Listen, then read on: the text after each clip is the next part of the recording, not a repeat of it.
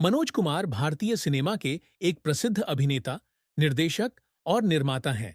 वे 1960 और 1970 के दशकों के सबसे बड़े सितारों में से एक माने जाते हैं। वे विशेष रूप से अपने देशभक्ति के किरदारों और फिल्मों के लिए प्रसिद्ध हुए। उनकी अभिनय यात्रा ने उन्हें एक मिसाल बना दिया और उनके योगदान को भारतीय सिनेमा में कभी नहीं भुलाया जा सकेगा। मनोज कुमार का असली नाम हरिशंकर यादव था, लेकिन फिल्मी दुनिया में उनका नाम मनोज कुमार रखा गया।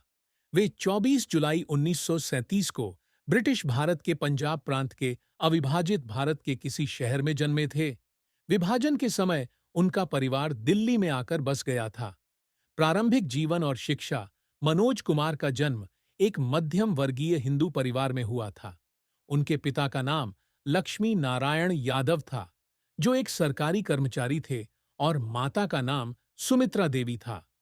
मनोज कुमार के बचपन में ही भारत का विभाजन हुआ और इसका असर उनके जीवन पर पड़ा। विभाजन के समय उनका परिवार दिल्ली में बसने के लिए आ गया। मनोज कुमार ने अपनी प्रारंभिक शिक्षा दिल्ली के सरकारी स्कूल से प्राप्त की। इसके बाद उन्होंने दिल्ली विश्वविद्यालय के खालसा कॉलेज से अपनी स्नातक की डिग्री पूरी की। वे बचपन से ही अभिनय में रुचि रखते थे और अक्सर स्कूल के कार्यक्रमों में भाग लिया करते थे। करियर की शुरुआत। मनोज कुमार ने अपने फिल्मी करियर की शुरुआत 1957 में की थी, जब उन्होंने फिल्म फिर मिलेंगे में एक सहायक भूमिका निभाई थी। हालांकि यह फिल्म सफल नहीं हो पाई, लेकिन उनके आत्मविश्वास और अभिनय ने उन्हें फिल्म इंडस्ट्री में एक पहचान दिलाई। इसके बाद वे कई फिल्मों में सहायक अभिनेता के रूप में नजर आए। प्रमुख फिल्में: 1. हीरामन 1961। इस फिल्म में उनका अभिनय सराहा गया, लेकिन उनकी असली पहचान 1960 के दशक के अंत में बनी फिल्मों से हुई। 2. वृंदावन एक्सप्रेस 1963। इस फिल्म ने मनोज कुमार को एक और अवसर दिया, लेकिन वे अभी भी एक सहायक अभिनेता के रूप में पहचाने जाते थे। 3. गुमनाम 1965। इस फिल्म में भी उनका अभिनय खास था, लेकिन 1960 के दशक के अंत में आई फिल्मों ने उनकी पहचान को स्थायी रूप से बना दिया। 4. भारत का वीर पुत्र 1966। यह फिल्म एक देशभक्ति फिल्म थी, जिसमें मनोज कुमार ने एक सैनिक का किरदार निभाया। इस फिल्म में उनका अभिनय इतना प्रभावशाली था कि वे जल्द ही देशभक्ति फिल्मों के चेहरे के रूप में पहचाने जाने लगे। देशभक्ति फिल्मों की शुरुआत मनोज कुमार ने 1960 और 1970 के दशकों में कई देशभक्ति फिल्में दी, जिनमें उपकार 1967, पूरब और पश्चिम 1970, रोटी कपड़ा और मकान 1976 और क्रांति 1981 शामिल हैं। ये फिल्में न केवल उनके अभिनय के लिए प्रसिद्ध हुईं, बल्कि उनके निर्देशन और निर्माण के लिए भी सराही गईं।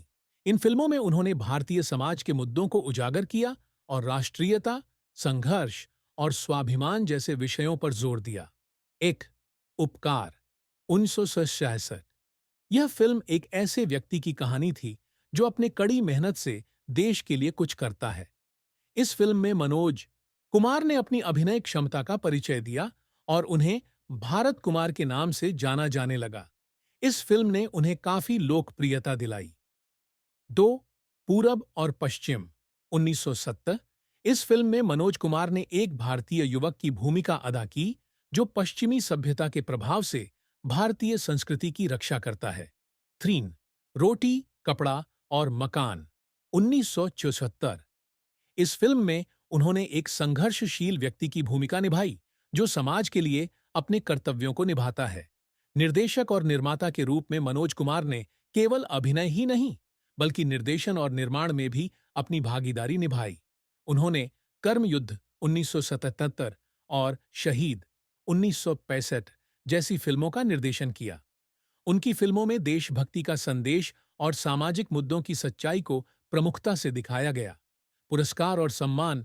मनोज कुमार को उनके योगदान के लिए कई पुरस्कार और सम्मान प्राप्त हुए हैं, जिनमें से कुछ प्रमुख हैं। पद्मश्री 1992। उन्हें भारतीय सिनेमा में उनके योगदान के लिए भारत सरकार द्वारा यह सम्मान दिया गया। पद्म भूषण 2016। यह भारतीय सिनेमा के क्षेत्र में उनके असाधारण योगदान को मान्यता देने के लिए उन्हें दिया गया।